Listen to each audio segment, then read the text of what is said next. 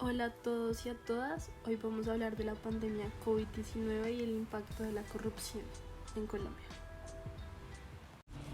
La pandemia de COVID-19, conocida también como pandemia de coronavirus, es una pandemia derivada de la enfermedad causada por el virus SARS-CoV-2. La Organización Mundial de la Salud la decretó una emergencia de salud pública de importancia internacional el 30 de enero del 2020 y la reconoció como una pandemia el 11 de marzo del 2020, cuando se informó que había 4.291 muertos y 118.000 casos en 114 países. La pandemia de COVID-19 ha golpeado a los países de diversas maneras y en distintas proporciones, tanto en lo que respecta a los efectos directos sobre la salud, en particular los contagios, las personas enfermas y las muertas, como los efectos sociales, económicos, políticos, producto de la medida sanitaria y de la carga de enfermedad. Es así como el mundo se ha visto abocado por un doble shot, uno sanitario y otro económico. El primero está representado por los millones de vidas perdidas y por los efectos de la enfermedad, incluidas las secuelas para muchos sobrevivientes. Por su parte, el shot económico se ve reflejado en la pérdida de empleos y en la caída de la actividad económica, debido especialmente a las medidas de distanciamiento físico, ya los cambios en las expectativas y los comportamientos de los agentes económicos, lo que además repercute negativamente sobre los ingresos de las familias y los niveles de pobreza. La pandemia del COVID-19 ha puesto a prueba la capacidad de respuesta de los sistemas de salud y ha dejado en evidencia la carencia y los retos que estos enfrentan. Dada la importancia de los sistemas de salud para dar atención oportuna y adecuada a los pacientes y minimizar y evitar la mortalidad causada por el virus, es necesario contar con buenas capacidades en cuanto a infraestructura, dotación y talento humano. La pandemia de COVID-19 en Colombia inició el 6 de marzo del 2020 en Bogotá con la llegada de una mujer de 19 años infectada procedente de Milán, Italia. Por motivo de la pandemia se declaró emergencia sanitaria y se impulsaron restricciones, como por ejemplo la cancelación de eventos públicos de más de 500 personas. Dentro de esas medidas, con el fin de contener el contagio, se decretó cuarentena total en Colombia desde el 25 de marzo del 2020 hasta el 31 de agosto del 2020. De esa manera, el presidente Iván Duque declaró el estado de emergencia económica, social y ecológica mediante el decreto 417 del 2020. Dicho acto administrativo fue el sustento mediante el cual tanto el gobierno nacional como los gobiernos locales pudieron invertir y reordenar prioridades en sus presupuestos en función de la gestión de la pandemia. Por eso, se justificó la celebración de contratos de mayor cuantía bajo la modalidad de contrato directo, como la normatividad colombiana lo permite en vista de la declaración de la emergencia, pero siempre y cuando se mantuvieran los criterios de selección objetiva y el uso eficiente de los recursos. Sin embargo, teniendo en cuenta que en la toma de decisiones de carácter urgente y discrecional se incrementan los riesgos de corrupción, para Colombia esta situación representa una alerta aún más considerable, especialmente teniendo en cuenta que existen muchos territorios donde la presencia institucional es precaria y donde no hay suficientes garantías para los controles estatales y ciudadanos. A raíz de ese panorama y de manera articulada con otras organizaciones en el marco de Alianza Ciudadanía Activa y Transparencia por Colombia, ha realizado un seguimiento detallado y específico de la contratación realizada en el marco de la emergencia COVID-19 en todo el país. A partir de este seguimiento, recientemente se publicó el quinto informe en el que se encienden varias alertas y se presta atención de manera enfática a la actuación de los órganos de control. En dicho documento se analiza minuciosamente la actividad contractual de entidades nacionales, departamentales y locales desde abril del 2020 hasta agosto del 2021. Ahora bien, pese a que Colombia cuenta con marcos normativos y herramientas importantes que deberían permitir el control y la prevención de la corrupción fueran más efectivos y satisfactorios, pero esto no siempre sucede así.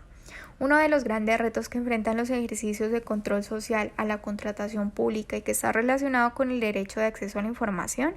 es la calidad de los datos que publican las entidades, dado que algunas entidades estatales del país no registran ni tampoco hacen pública esa información.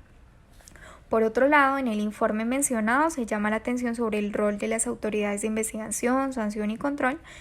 Han cumplido en casi 2 años de pandemia, que en un principio se plantearon muy proactivos al haber mencionado la Alianza Transparencia para la Emergencia, una iniciativa entre la Fiscalía General de la Nación, la Procuraduría General de la Nación y la Contraloría General de la República, que tenía como objetivo adelantar en tiempo real un monitoreo conjunto a los recursos invertidos en contratación estatal, en la entrega de ayudas a la población vulnerable, en la compra de equipos de seguridad biosanitaria y en la dotación de unidades de atención hospitalaria. Sin embargo, con el tiempo perdió el impulso y actualmente no es posible saber en qué etapa van los distintos procesos que cada una de estas autoridades ha adelantado en contra de agentes estatales presuntamente corruptos. Bajo este panorama, el 2021 se consolidó como el año de la vacunación y del regreso a cierta normalidad, con lo cual hay una sensación de haber superado ya lo más duro de la pandemia, incluso pensar en su fin. Todavía sigue muy presente otra pandemia, la de la corrupción, que perjudica a la ciudadanía en general, afectando los recursos públicos que literalmente pueden salvar vidas. Respecto al gasto en salud, para el manejo de la pandemia se asignaron recursos adicionales destinados a fortalecer la autoridad sanitaria y garantizar la atención de la población. Entre las medidas se destaca la compra de ventiladores, la transferencia de recursos financieros a 504 hospitales públicos para el pago de obligaciones laborales, la ampliación de la oferta de servicios de salud, la vigilancia epidemiológica, la compra de reactivos y equipos para la realización de pruebas diagnósticas. Por ejemplo, en el caso de laboratorios, el país no contaba con una buena capacidad de procesar las pruebas, por lo que se dio lugar a la adquisición de diferentes elementos para ampliar la capacidad en el territorio nacional. Al mismo tiempo, se buscó garantizar la disponibilidad de camas para pacientes COVID, por lo cual se establecieron anticipos por disponibilidad de camas en los servicios UCI o intermedios en las IPS públicas y privadas. Por otra parte, se garantizó mediante la modalidad activos por emergencia el aseguramiento en salud a quienes perdieron su trabajo. Adicionalmente, se estableció un reconocimiento económico temporal para el talento humano de salud que prestaba sus servicios durante la atención de la emergencia, así como para los afiliados al régimen subsidiado diagnosticados con COVID, siempre y cuando cumplieran la medida de aislamiento preventivo obligatorio, con un valor equivalente a 7 días de salario mínimo diario pagado por una sola vez y por núcleo familiar. En este contexto, el pago de las pruebas de detección del COVID-19 y los rubros anteriormente señalados han sido financiados con recursos públicos adicionales. El mayor gasto público ha estado acompañado de medidas para proteger a las familias y buscar una reorientación de recursos del sistema de salud. Fue así como se dispuso que no se cobrarían cuotas moderadoras ni copagos y se ordenó el cubrimiento de la atención de los pacientes COVID-19 con cargo a la UPC, al tiempo que se estableció una canasta de tecnologías en salud y servicios que pudieran reconocerse con recursos adicionales en caso de agotarse los recursos de la UPC. Los recursos adicionales fueron dispuestos por el Fondo de Mitigación de Emergencias, el FOME, el cual fue creado en el marco de la emergencia sanitaria y económica. Los recursos del FOME provienen de préstamo a la Nación por parte del Fondo de Ahorro y Estabilización, del Sistema General de Regalías, del Fondo Nacional de Pensiones de Entidades Territoriales, del Fondo de Riesgos Laborales, del Impuesto Solidario por el COVID-19, de la inversión obligatoria en títulos de solidaridad y de rendimientos financieros. Sin embargo, se identificó un caos por corrupción dentro del sistema, pues en el pago por disponibilidad de camas UCI y pagos por atención en clínicas y hospitales se han reportado sobrecostos de hasta el 163% en elementos de protección y del 90% en algunos medicamentos. En la gráfica que se observa, podemos ver cómo para el año 2020, año en el que transcurrió la pandemia, el presupuesto de la salud fue más alto considerando el presupuesto adicional ya explicado. En la medida en que una situación como la pandemia del COVID-19 implica un desequilibrio y un riesgo de incumplimiento de los objetivos del sistema de salud, junto con la queda de la economía debido a las medidas sanitarias, se esperaba entonces una respuesta centrada en el gasto público. Según esto, el Banco Mundial planteó 4 escenarios probables sobre el gasto público per cápita en salud. Entonces tenemos el gasto procíclico en salud, en el que el gasto público sigue el mismo patrón observado en recesiones económicas, donde habría una reducción de dicho gasto en el curso de la pandemia y una recuperación a partir del año siguiente. Tenemos la prioridad del status quo a la salud, en cuyo caso los gobiernos eligen mantener constante la participación del gasto público en salud, de modo que el gasto público per cápita en salud sigue siendo la tendencia al gasto público en general, donde en medio de la crisis se esperaría un aumento de este gasto y un retorno a la tendencia o a los niveles alcanzados en el año anterior a partir de los 2 años posteriores a la emergencia. Tenemos también el gasto a favor de la salud, donde se da un aumento constante del gasto per cápita en salud a pesar de la reducción en el gasto del gobierno general, Y por último, el gasto ambicioso, en el cual los gobiernos no solo aumentarían su gasto en salud, sino que también buscarían compensar parcialmente el menor gasto en salud de los hogares. Según el trabajo realizado por el Banco Mundial, el escenario más probable para la mayoría de los países y para Colombia es el segundo, con prioridad del status quo a la salud en el gasto público. Así que se esperaría que el gasto per cápita en salud aumentaría durante la emergencia con el gasto del gobierno general por efectos de la pandemia, y luego se presentaría una caída en 2021 y 2022 para retomar la senda que se traía antes de la pandemia. Históricamente, la salud ha sido considerada un botín porque su presupuesto es uno de los más grandes de la nación y porque además de esto se trata de un derecho constitucional, de forma que el Estado debe estar invirtiendo constantemente millonarios recursos. Una de las principales razones para que el sistema de salud sea un foco de corrupción en Colombia tiene que ver con el manejo de los recursos públicos de alto monto, donde se relaciona con la multiplicidad de agentes y transacciones, así como con los vacíos normativos y la debilidad de la justicia. Vemos así como entonces la corrupción en el sector salud tiene graves consecuencias a nivel de las diferentes dimensiones del desempeño del sistema. En cuanto al acceso, este puede verse afectado por el absentismo del personal médico. La calidad puede verse afectada por sobornos, esquemas de comisiones ilegales y fraudes, donde por ejemplo se les cobra a los pacientes por diagnósticos y tratamientos falsos, deficientes o que realmente no se realizaron. La equidad, donde las familias caen en una pobreza más profunda cuando se ven en la obligación de endeudarse para pagar sobornos por servicios de salud. La eficiencia en relación con la disponibilidad y el uso de los recursos, y la eficiencia, donde la corrupción disminuye la calidad de la salud de la población, por lo que invertir más dinero en sistemas de salud altamente propensos a la corrupción no logrará los objetivos de salud previstos. Así pues, si hablamos de casos de corrupción y su impacto en la calidad de la atención en salud en Colombia, esta ha tenido que pagar un alto precio. Es común ver que los dineros que se desfalcan del sistema podrían salvar vidas y es así como en ejemplos puntuales se puede evidenciar. Tal es el caso de Córdoba, en el que el dinero hurtado por el cartel de la hemofilia, con el cual se hubiera podido solucionar la falta de unidades de cuidado intensivo y ventiladores requeridos para la pandemia.